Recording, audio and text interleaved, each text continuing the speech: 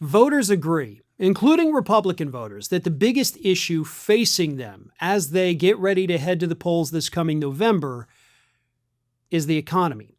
Inflation, prices, gas prices, all of that, anything dealing with their own personal bank accounts is the number one issue for them. And so far, even a majority of Republicans agree Donald Trump, and by extension, the Republicans in the House and Senate, have done a horrible, horrible, horrible job tackling those issues, and they've actually made them so much worse. That brings us to a viewer question from the Blue Badger 42, who asks, given how everything under the current administration is turning to crap as a result of them bringing about what is the equivalent of a second gilded age, do you believe it is possible that a subsequent second progressive age could come about as a result of all of it now that Americans are slowly starting to wake up from the BS? I absolutely believe that that is a possibility.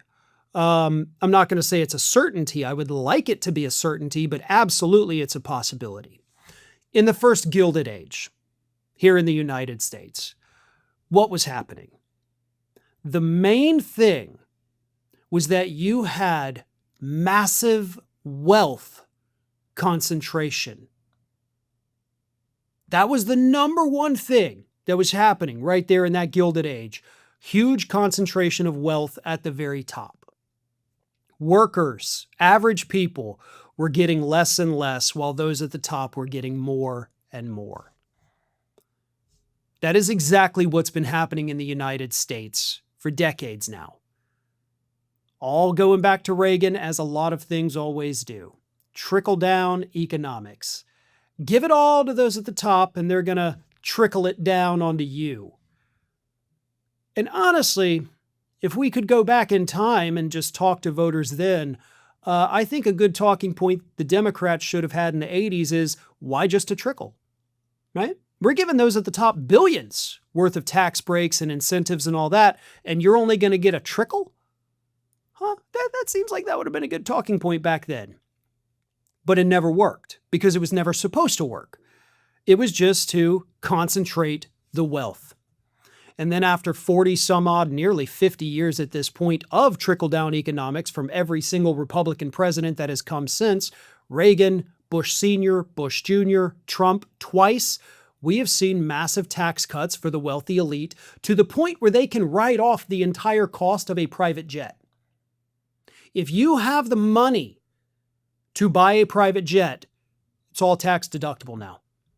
Whereas if you're a teacher, one of the big changes they had was they used to be able to write off $1,200 a year in expenses that you as a teacher incurred for your own classroom. You can only do $100 now per year.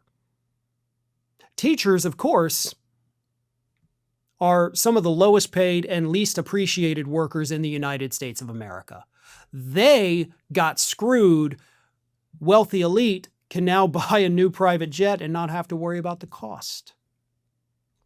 That is how disgustingly concentrated the wealth is now. And yes, I do agree.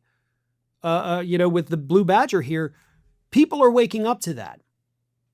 And it's not just that, we see people. No, we look at polls.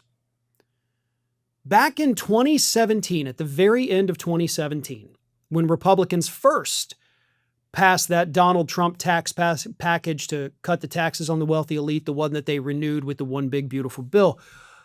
Polls came out immediately after that, showing that even a majority of Republicans no longer believe that cutting taxes for the wealthy elite will trickle down to them. They have now seen it too many times to even believe that lie. They didn't believe it last summer when the Big Beautiful Bill was passed again, So they don't buy it. But more importantly, they don't have to buy it or believe it or not believe it because they're living. They're living it, not working. So whether you choose to believe it or not doesn't matter. You can look at your bank account and see that it's not working. So more people are waking up. And I think with the election of people like, Mamdani in New York, who, by the way, has had a kick-ass first few months in office here, I think people are starting to wake up to the fact that, you know what? Progressivism isn't scary like Republicans tell us it is. You know, this big socialism buzzword that they've been throwing out in every single race they've run since Obama first came into office, who was not a socialist, by the way. It's bullcrap. More and more voters, I think, each passing week are waking up and realizing that socialism is not a dirty word. Socialism is not communism. It's not Marxism.